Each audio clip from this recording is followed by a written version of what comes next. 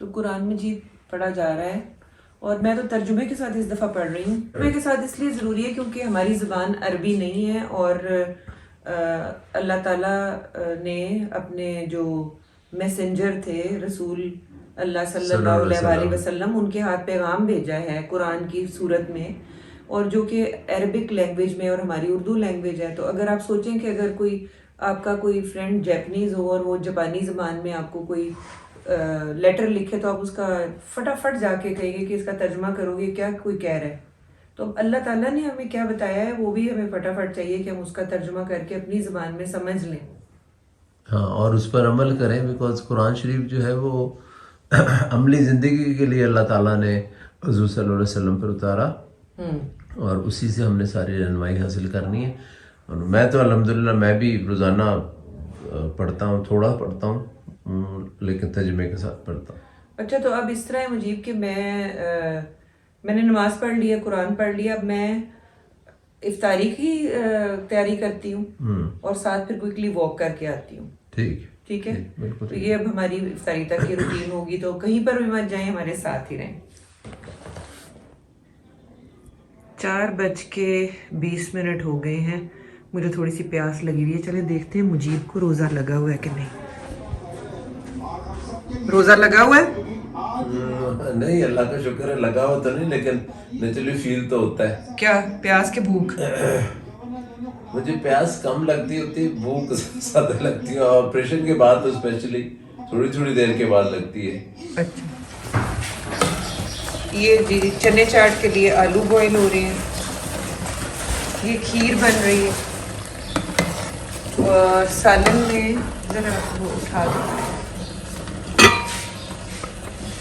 सालन में ये कद्दू गोश्त बना हुआ है, बड़ा मज़े का लग रहा है, बकरे का गोश्त और कद्दू। रमज़ान तो चल रहा है लेकिन साथ साथ कमरों की रेनोवेशन जो मैंने आपको बताई हुई है वो भी चल रही है। तो मरियम के कमरे का जो गद्दा है पलंग का वो आज इन्होंने प्लेस कर दिया। तकरीबन इफ्तारी तैयार है, पकौड़ों का सामान तैयार हो रहा है। ये हो गए आलू और यहाँ पे बेसन घोलने की तैयारी हो रही है और जो चीज़ें बनी हुई हैं वो क्या क्या हैं? अच्छा जी, वो फ्रूट चाट है और ये जो है ठीक है। मैं जा रही हूँ वॉक पे। जी हाँ, आधा घंटा रह गया रोज़ा खुलने में। ठीक है। और जिम को मैंने फ़िलहाल नहीं जाना। ठीक है, तो मैं अभी सामने घर के सामने थोड़ी वर्कशॉप करके आती हूँ। ठीक है, आधे घंटे के लिए करूँगी। आपने नहीं करनी? मैंने भी करनी, मैं भी जा रहा हूँ। चलें फिर आ जाए, इकट्ठे चलते हैं। ओके। ये बहुत ही खूबसूरत पार्क है जहाँ हम वॉक करेंगे।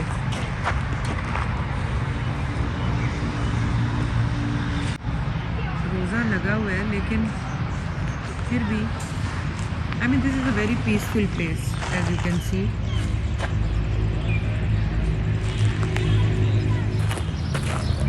जो अच्छी चीज़ आपने की थी ना मुजीब, वो ये की थी कि आपने कुछ तला हुआ नहीं खाया।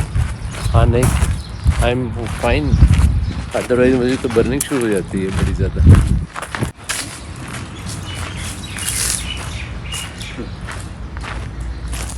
ज़रूरी है मेंटेनेंस के लिए, हेल्थ की, हार्ट को अच्छा रखते हैं। मौसम अच्छा है। हाँ, बहुत ज़्यादा गर्मी है ना, बहुत ज़्यादा। सर्दी तो है ही नहीं, सर्दी तो कहीं से भी नहीं है। लेकिन ये है कि इस वक्त वॉक कर ली जाए ना, हाँ, आई थिंक बहुत कैलोरीज मतलब बंदा अच्छा रहता है। या मैं एसिडिटी तो नहीं हुई आज?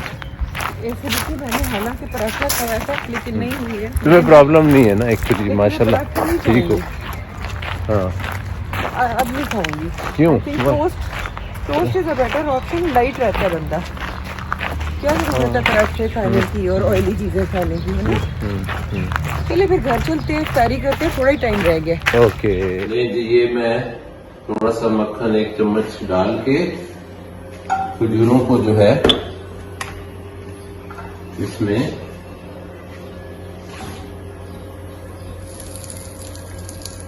हल्का सा रोस्ट करने लगाओ, ठीक है। और इसे हम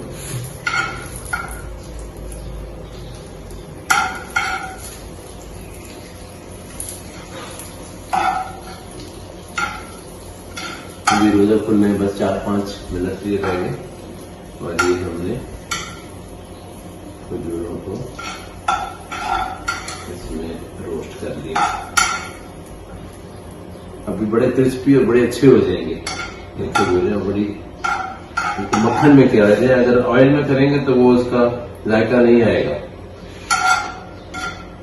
अंजू वॉक के लिए गई है और मैंने पीछे से ये करवाई डाल दी है।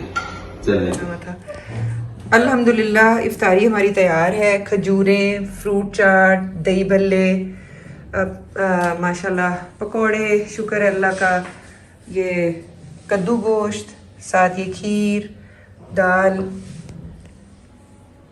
अजान भी हो गई है, थोड़ा सा हम लेट ही हो गए हैं। बिस्मिल्लाहिर्रहमानिर्रहीम। अल्लाहुम्मा इन्नी लका सुमतो व बिका आमनतो व अलैका तवक्कलतो व अला रिज़्क़िका अफ़्तरतो। ए अल्लाह, मैंने तेरे लिए रोज़ा रखा, तुझ पर ईमान लाया, तुझ पर भरोसा किया और तेरे अता किए हुए रिज़्क़ से रोज़ा इफ्तार किया।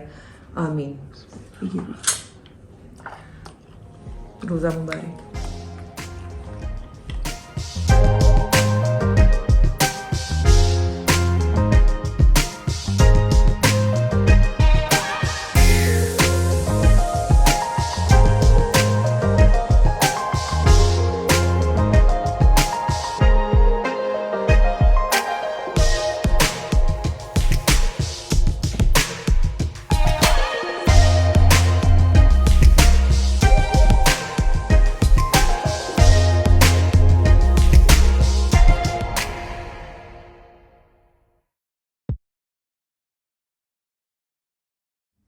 तो जी अल्हम्दुलिल्लाह रोज़ा खुल गया है।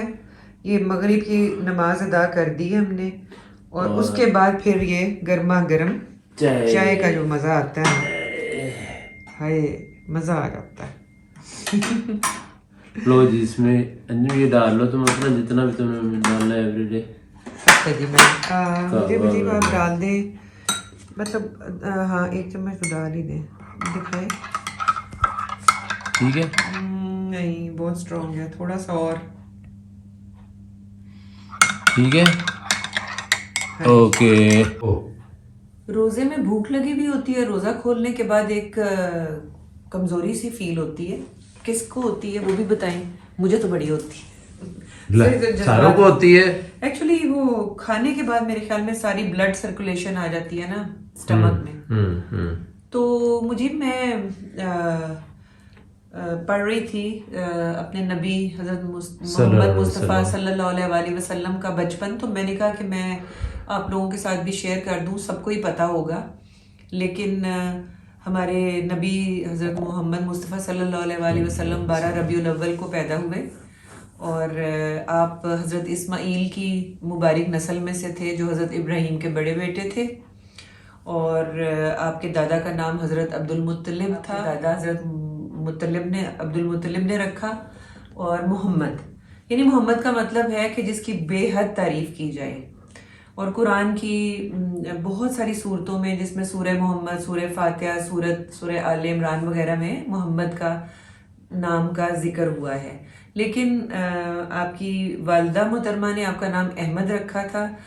अहमद का मतलब भी ये है कि जो बहुत तारीफ के लायक हो। तो खैर, जब हमारे नबी सल्लल्लाहु अलैहि वसल्लम अभी इस दुनिया में नहीं आए थे तो उनके वालिद का इंतकाल हो गया। उनके वालिद का नाम हज़रत अब्दुल्ला था, जो कि कुरैश के बहुत ही अच्छे ताजिरों में शुमार होता था। और उनकी वालिदा हज़रत बीबी आमना का शुमार बहुत नेक, यानी कि वो भी कुरैश की एक बहुत ही नेक खातून थी। ठीक है। अच्छा, अब हुआ यूं कि आपकी पैदाइश से 3 महीने पहले आपके वालिद तजारती एक सफ़र के दौरान बीमार होकर इंतकाल कर गए और आप पैदा होने से पहले ही यतीम हो गए थे। अच्छा, आपकी पैदाइश के बाद वहाँ का अरब्स का ये एक दस्तूर था कि जितनी भी बहुत ही हुनरमंद किस्म की दाइयाँ थी सहराओं की, उनको बच्चा नौमौलूद दे दिया जाता था ताकि वो उनकी अच्छी परवरिश कर सकें, अच्छी अरबी ज़बान सिखा सकें और खुली फ़िज़ा में सहराओं की में बच्चा परवान चढ़ सके। तो आपको जिन दाई के सुपुर्द किया गया उनका नाम था हज़रत हलीमा सादिया, बीबी हलीमा। और 5 साल तक आप इस खुशकिस्मत घराना ही होगा ना जहाँ पर हमारे नबी पले बड़े, और फिर वो अपनी वालिदा के पास आ गए।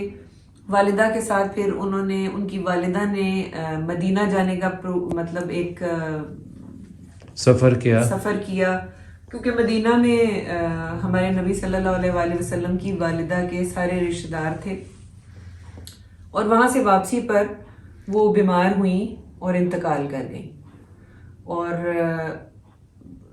उसी कबीले की एक उम्मे ऐमन के नाम से ख्याल करने वाली होती हैं साथ, उन्होंने जो है वो वापस आकर हज़रत मोहम्मद मुस्तफ़ा के दादा को बताया कि इनकी वालिदा इंतकाल कर गई हैं। और फिर उनके दादा ने बहुत अच्छी सी परवरिश की, लेकिन 2 साल के बाद ही हज़रत अब्दुल मुत्तलिब का भी इंतकाल हो गया, और उसके बाद फिर उनके चचा हज़रत अबू तालिब ने हमारे नबी सल्लल्लाहु अलैहि वसल्लम की परवरिश की।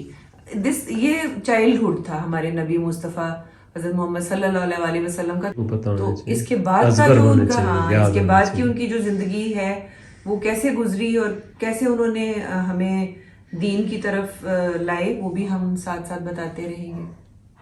तो उम्मीद है कि आपको हमारा आज का व्लॉग अच्छा लगा होगा। हमें अपनी दुआओं में बहुत सा याद है। खुदा हाफिज़। अल्लाह हाफिज़।